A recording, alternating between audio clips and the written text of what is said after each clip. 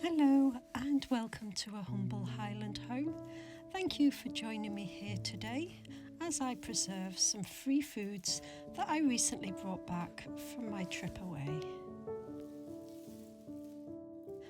I thought I would share some of the ways that I've gained food for free across my lifetime.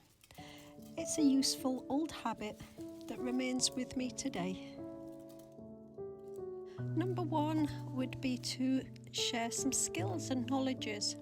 You could offer to help in somebody's garden in exchange for the share of the produce. So for example, you could prune a bay tree and you could gain some of the leaves for drying and for storing.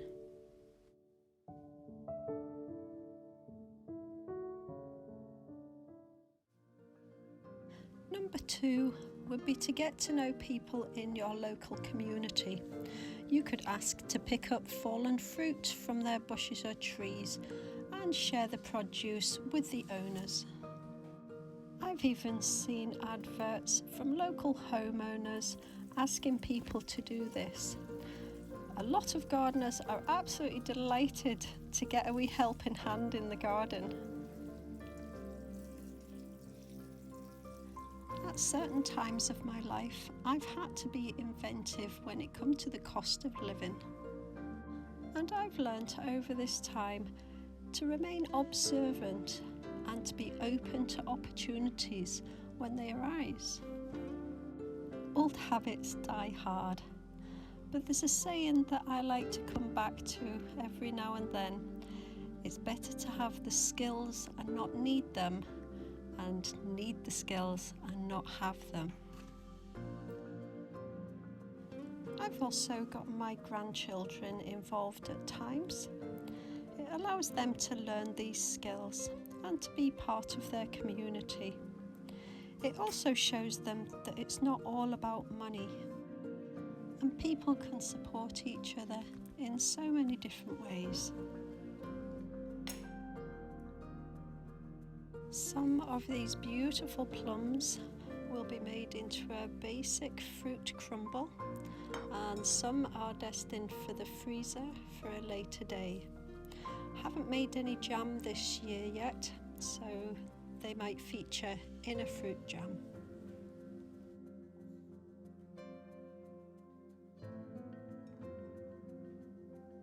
I always use trays to freeze all my produce.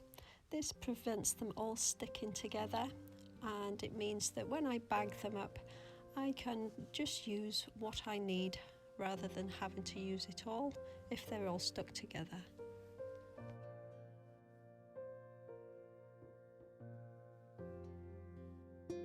Number 3 on my list would be the gift economy and to share with others. And when I receive a gift or a good deed, I like to pass that moment on to someone else. It might not be straight away, but when the opportunity arises, I like to gift or do good for someone else. This is called paying it forward.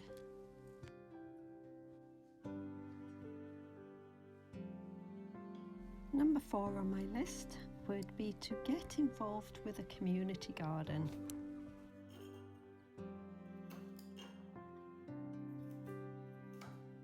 There are so many benefits to getting involved with a local community garden, as well as all the health benefits. They are great social and learning spaces. And some of the tips and tricks and experiences will never be found in a book.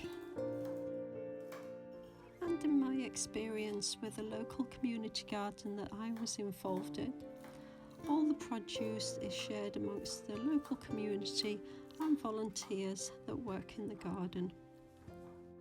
I also gained lots of cuttings from the edible perennials, of which some are planted in the garden now.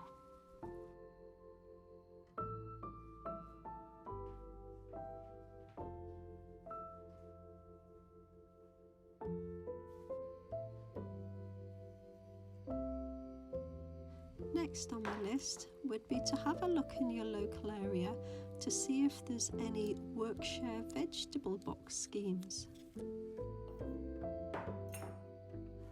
I shared a vegetable box with another family. So this was based on trust, and we would just take half of whatever was in the vegetable box that week. By sharing the box with another family, it allowed us both to lower the cost of the weekly vegetable box. It was also part of the scheme to encourage members to volunteer some time in the fields growing the produce.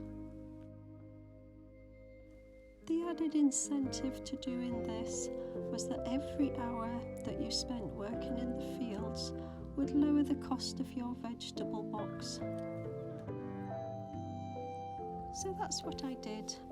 Whenever I had time of a weekend or in holidays, I would go along with other volunteer members and work growing the produce. And given that I was sharing the cost with another family, it didn't take me long to completely pay for my weekly vegetable box. And of course, I was delighted with the added benefits of making friends, socialising, and gaining lots of skills and knowledges.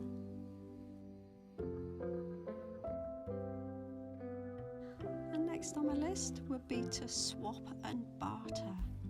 This could be on a formal or an informal agreement for mutual benefits. I've swapped many food items over the years, but it doesn't always have to be just food. All but one of our trees that I have here, I have gained for free over the past year or two. They're all waiting to be planted over in our woodland area, but I haven't got there yet.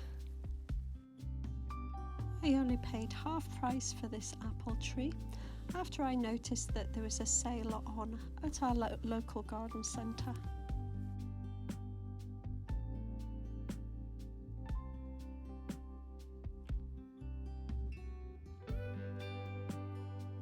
Last on my list would be wild foraging.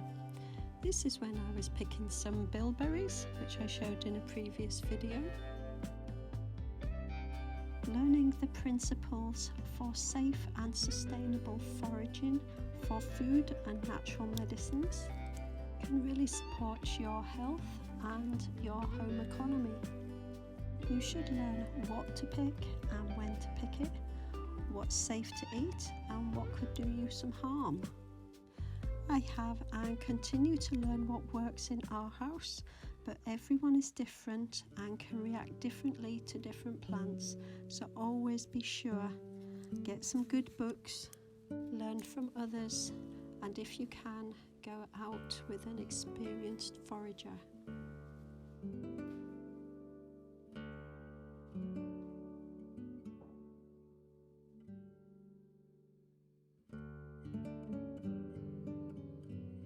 So I encourage you to slow down and take the time to be observant of your local area and be open to free food opportunities whilst building your own skill set for the benefit of yourself, your family, and that of your local community.